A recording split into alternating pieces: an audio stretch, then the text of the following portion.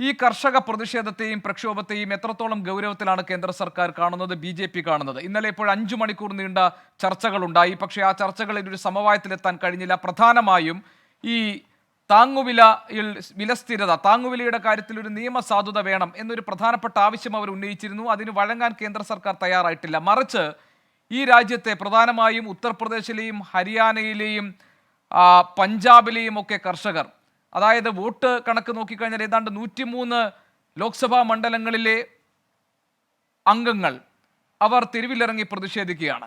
അതിനെ നേരിടുന്ന രീതി ഒരു ഭീകരവാദ സംഘത്തെ നേരിടുന്ന തരത്തിലാണ് കേന്ദ്ര സർക്കാർ ഈ പ്രക്ഷോഭത്തെ നേരിടാൻ ഒരുങ്ങിയിരിക്കുന്നത്. വെറുതെ ബാരിക്കേഡുകൾ വെച്ച് തകർക്കുകയല്ല, മുള്ളാണികൾ എറിയുന്നു, അതുപോലെ തന്നെ കണ്ണീർ വാതകം പ്രയോഗിക്കുന്നു, ഡ്രോൺ ഉപയോഗിച്ച്. പിന്നെ അങ്ങനെ വളരെ കർശനമായ രീതിയിൽ ഇവരെ അടിച്ചമർത്താൻ വേണ്ടിയുള്ള ശ്രമങ്ങൾ നടത്തുകയാണ്. കേന്ദ്ര സർക്കാർ രണ്ടും കൽപ്പിച്ച് ഈ സമരത്തെ നേരിടാമെന്നാണോ? ഗോപീഷ്ണ, ഇനിയും ഒരുപാട് നമുക്ക് കാണാനിരിക്കുന്നുള്ളൂ. ലോക്സഭാ തെരഞ്ഞെടുപ്പിന്റെ സമയം ഏതാണ്ട് ആയില്ലേ? ജോർജ് സോറോസ് പറഞ്ഞില്ലേ, ഒരു $1 ബില്യൺ ഞാൻ ഈ സർക്കാരിനെ അട്ടിമറിക്കാൻ വേണ്ടി ചെലവഴിക്കും. അതിനുവേണ്ടി അദ്ദേഹവുമായി ബന്ധപ്പെട്ട കക്ഷികൾ ആരാണ് എന്നൊക്കെ നമുക്കറിയാവുന്നതല്ലേ ഉള്ളൂ. പിന്നെ താങ്കൾ ഈ പറഞ്ഞ ലോക്സഭാ കണക്കുകളുടെ എണ്ണത്തെ ഒന്നും ഞങ്ങൾ ഭയപ്പെടുത്തുന്നില്ല ഗോപികൃഷ്ണൻ. കാരണം 2020-21 വലിയ ഒരു സമരം എന്ന് പറഞ്ഞ് നമ്മളൊക്കെ കേട്ടിരുന്നല്ലോ. അത് പോയ വഴികളിലൂടെയൊക്കെ പിന്നീട് തെരഞ്ഞെടുപ്പ് നടന്നപ്പോഴുണ്ടായതൊക്കെ നമുക്കറിയാമല്ലോ. അത് ആ കാര്യത്തിലേക്കൊന്നും ഞാനിപ്പോൾ താങ്കളുടെ ശ്രദ്ധ കടിക്കില്ല. മാത്രമല്ല, നിയമസഭാ തെരഞ്ഞെടുപ്പിൽ ശരിയാണ്, പക്ഷേ അതിനുശേഷം കേന്ദ്രത്തിന് ആ 3 ബില്ലുകളും പിൻവലിക്കേണ്ടി വന്നല്ലോ. അല്ല, അത് പിൻവലിക്കേണ്ടി വന്നു. അതായിരുന്നു തുടക്കത്തിൽ ആവശ്യം. അത് പിൻവലിക്കുക എന്ന ആവശ്യത്തിന് മുന്നിൽ മുട്ടുമടക്കിയപ്പോഴും താങ്കളുടെ ഭാഷ പ്രയോഗിച്ചാൽ അവർ സമരത്തിൽ നിന്ന് പിന്മാറിയോ? അപ്പൊ അതൊന്നുമല്ല. ഇത് നിങ്ങൾ ഇനി ആവശ്യങ്ങളൊക്കെ പിൻവലിച്ചാൽ, ഞാൻ പറഞ്ഞില്ലേ, ലോക്സഭാ തെരഞ്ഞെടുപ്പ് വരുന്നു. AAPക്കും കോൺഗ്രസിനും ഒക്കെ ബന്ധമുള്ള ആളുകൾ വളരെ കൃത്യമായി വാക്ക് കൊടുത്തിട്ടില്ലേ? ആ വാക്കൊക്കെ പാലിക്കണ്ടേ? മാത്രമല്ല ഗോപികൃഷ്ണൻ, കേന്ദ്ര സർക്കാർ നൽകിയിരുന്ന ഉറപ്പുകളും വാഗ്ദാനങ്ങളും ഒക്കെ പാലിക്കപ്പെട്ടോ ജയേന്ദ്ര മാസ്റ്റർ?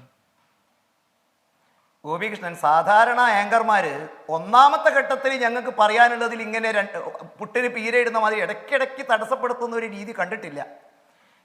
അത് ഞാൻ പറയുന്നത് വിഷയത്തൊന്നും വഴിമാറിയിട്ടുമല്ല താങ്കൾ ഇടപെടുന്നത്. ഞാൻ താങ്കൾ ചോദിച്ച ചോദ്യത്തിന് ഉത്തരം പറഞ്ഞുകൊണ്ടിരിക്കുമ്പോഴാണ് ഞാൻ ഇടപെടുന്നത്. ഒരുപക്ഷെ കേരളത്തിലെ മാധ്യമങ്ങൾക്ക് സന്തോഷമുള്ള വർത്തമാനമായിരിക്കാം താങ്കൾ ഈ പറഞ്ഞുകൊണ്ടിരിക്കുന്നത്. പക്ഷെ ഞാൻ ചൂണ്ടിക്കാണിക്കുന്നത് 2020, 21, 22, ആ കാലഘട്ടത്തിൽ സമരത്തിന് ചെയ്ത ആളുകളൊക്കെ ഇന്ന് നേതൃത്വ നിരയിലുണ്ടോ? അവരൊക്കെ ഈ ആവശ്യം ഉന്നയിച്ചുകൊണ്ട് ഇപ്പൊ കേന്ദ്ര സർക്കാരിന് മുമ്പിൽ സമരത്തിന് വരുന്നുണ്ടോ? എന്തേ ഈ കേന്ദ്ര ഗവൺമെന്റ് താങ്കൾ ഉറപ്പ് കൊടുത്തു എന്ന് പറയുന്ന സംഘടനകൾ ഇപ്പൊ സമരത്തിന് ഇല്ലാത്തത്? അപ്പൊ ഒരു കാര്യം വ്യക്തമാണ്, ഇതൊരു തുടക്കം മാത്രമേ ഉള്ളൂ. ഇതിനേക്കാളും ഒക്കെ കാര്യമായിട്ടൊക്കെ നമുക്ക് പ്രതീക്ഷിക്കാനുണ്ട്. പിന്നെ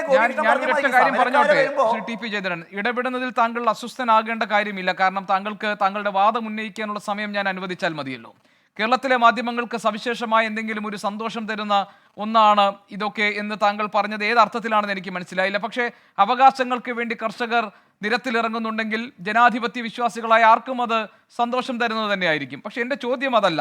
ഞാൻ പ്രധാനമായി കേന്ദ്രീകരിക്കുന്നത്, ഇപ്പോൾ താങ്കൾ പറഞ്ഞു ആ അന്നത്തെ നേതാക്കൾ എവിടെ പോയി, ആ കർഷക സംഘടനകളൊക്കെ എവിടെ പോയി എന്നാണെങ്കിൽ അതിന് രാഷ്ട്രീയ കാരണങ്ങളുണ്ട്.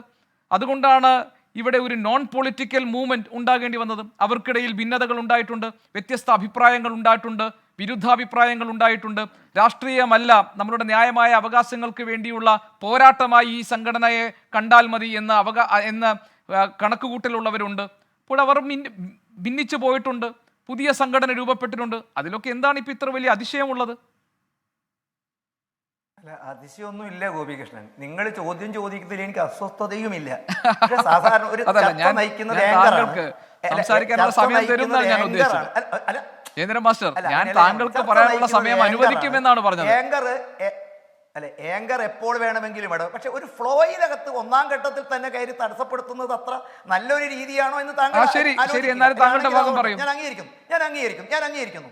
ഞാൻ അതിനെയും വഴങ്ങാൻ ഞാൻ തയ്യാറാണ്. കാരണം നിങ്ങളാണ് ആങ്കർ.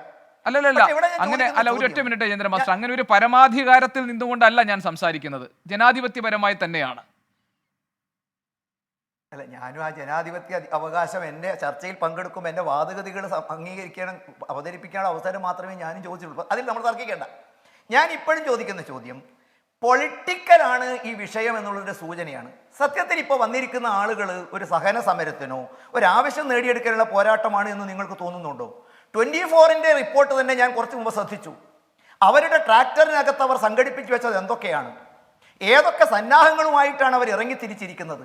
അപ്പം ഞാൻ ചോദിക്കുന്നത്, നിങ്ങൾ പറയുന്നത് ഇവരെ കയറൂരി വിട്ട് ഇരുകൈയും നീട്ടി അവിടെ സ്വീകരിച്ച് കഴിഞ്ഞ തവണ ഉണ്ടായ മാതിരിയിൽ ഖലിസ്ഥാന്റെ മുദ്രാവാക്യം വിളിക്കാനും രാജ്യവിരുദ്ധ പതാകകൾ ഉയർത്താനും അവസരം കൊടുക്കണം. ഞാൻ താങ്കളുടെ ഫോണിലേക്ക് അവരുമായി ബന്ധപ്പെട്ട ലേഖകന്റെ ചോദ്യത്തിന് ആരാണ് ഈ സമരത്തിന്റെ പുറകിലെന്ന് കൃത്യമായി അവർ ഉത്തരം നൽകുന്നത് ഞാൻ താങ്കളുടെ ഫോണിലേക്ക് അയച്ചിട്ടുണ്ട്. ആ വീഡിയോയുടെ ഷോർട്ട് ഫോം കൃത്യമായിട്ട് അവർ പറയുന്നു ആരാണ് ഇതിൻ്റെ പുറകിലുള്ളത് എന്ന്. അതുകൊണ്ട് ഞാൻ ചൂണ്ടിക്കാണിക്കുന്നത്, ജനാധിപത്യപരമായി അവകാശങ്ങളും സമരം ചെയ്യുന്നതിനൊന്നും ആരും എതിർക്കുന്നില്ല.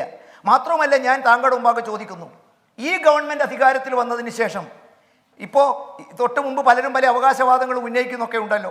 ഞാൻ താങ്കളുടെ മുമ്പാകെ ശ്രദ്ധയിൽപ്പെടുത്തുന്നത് 2012-13 ഗോതമ്പിൻ്റെയും അരിയുടെയും താങ്ങുവില എത്രയായിരുന്നു? 1250 രൂപ. ഇന്ന് നെല്ലിൻ്റെ താങ്ങുവില എത്രയാണ്? 2183 രൂപ. ഏതാണ്ട് നേരെ ഇരട്ടിയായോ? അന്ന് ഗോതമ്പിൻ്റെ വില 1350 രൂപയായിരുന്നു താങ്ങുവില. ഇന്ന് ഗോതമ്പിൻ്റെ താങ്ങുവില എന്താണ്? നമുക്ക് പബ്ലിക് ഡൊമൈനിൽ കിട്ടും, 2275.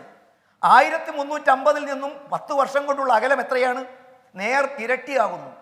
അപ്പം ഞാൻ ചോദിക്കുന്നത്, മാത്രമല്ല എത്ര പേർക്ക് കിസാൻ സമ്മാൻ നിധി, എത്ര പേർക്ക് ആനുകൂല്യങ്ങൾ, മാത്രമല്ല ഇവരുന്നയിക്കുന്ന ആവശ്യങ്ങൾ എന്തൊക്കെയാണ്?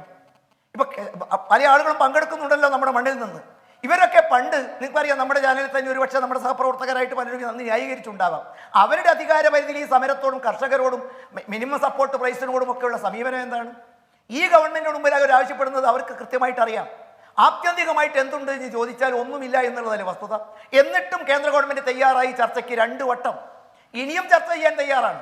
24 ലക്ഷം കോടി രൂപയുടെ ബാധ്യതകൾ മുഴുവൻ എഴുതിത്തള്ളണമെന്നും ഈ തരത്തിൽ ഈ രാജ്യത്തിന്റെ സമ്പദ് വ്യവസ്ഥ തകർക്കണമെന്നും ഈ രാജ്യത്ത് 2013 കോൺഗ്രസ് കൊണ്ടുവന്ന ഭൂമി ഏറ്റെടുക്കൽ നിയമം പരിഷ്കരിക്കണമെന്നും അത് പാടെ തള്ളിക്കളയണമെന്നും ഒക്കെ പറയുന്നത് വിഷയത്തോടുള്ള സമീപനമാണോ? അതല്ല. ഒരു കാര്യം നമുക്കറിയാം, അല്ല. അപ്പോൾ താങ്കൾ പറയുന്നത് ഒരിക്കലും പരിഹരിക്കാൻ കഴിയാത്ത ആവശ്യങ്ങൾ ഉന്നയിച്ചുകൊണ്ട് ഈ സമരത്തിന് മറ്റു ചില രാഷ്ട്രീയ താല്പര്യങ്ങൾ ഉണ്ടെന്നാണോ? അപ്പോൾ ഖലിസ്ഥാൻ വാദത്തിന്റെ കാര്യമൊക്കെ താങ്കൾ ഇതിനകത്ത് പറഞ്ഞു.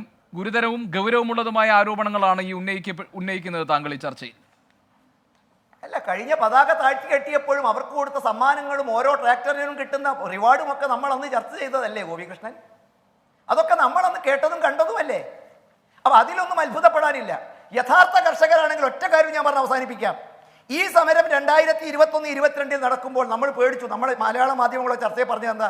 ഇതാ കർഷകർ പട്ടിണി കിടക്കുന്നു, അവർക്ക് മനസ്സ് ദുഃഖിച്ചാൽ ഈ രാജ്യത്തെ ഉൽപ്പാദനം കുറയും, നമ്മളൊക്കെ പട്ടിണി കിടക്കേണ്ടി വരും. ഡാറ്റ എന്താണ്?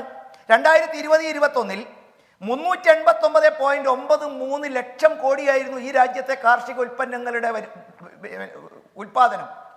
സമരം ചെയ്തു തകർന്നു എന്ന് നമ്മൾ പറയുമ്പോൾ 2021-22 ഉൽപ്പാദനത്തിന്റെ അളവെടുത്ത് നോക്കിയപ്പോൾ 389 ലക്ഷം കോടിയിൽ നിന്ന് ടണ്ണിൽ നിന്ന് 433.14 ലക്ഷം കോടിയായിട്ട് ഉയരുകയായിരുന്നു. അന്ന് ഞങ്ങൾ പറഞ്ഞു ഈ സമരത്തിന്റെ പുറകിലുള്ളത് യഥാർത്ഥ കർഷകരല്ല, കർഷക വേഷം കെട്ടിയ ചില കലാപകാരികൾ. ഇവർക്ക് ലക്ഷ്യം എന്താണ്? കൃഷിക്കാരന്റെ മോചനമാണോ? അങ്ങനെയാണെങ്കിൽ അതിനുശേഷം നടത്തിയ തെരഞ്ഞെടുപ്പിൽ അവിടെയൊക്കെ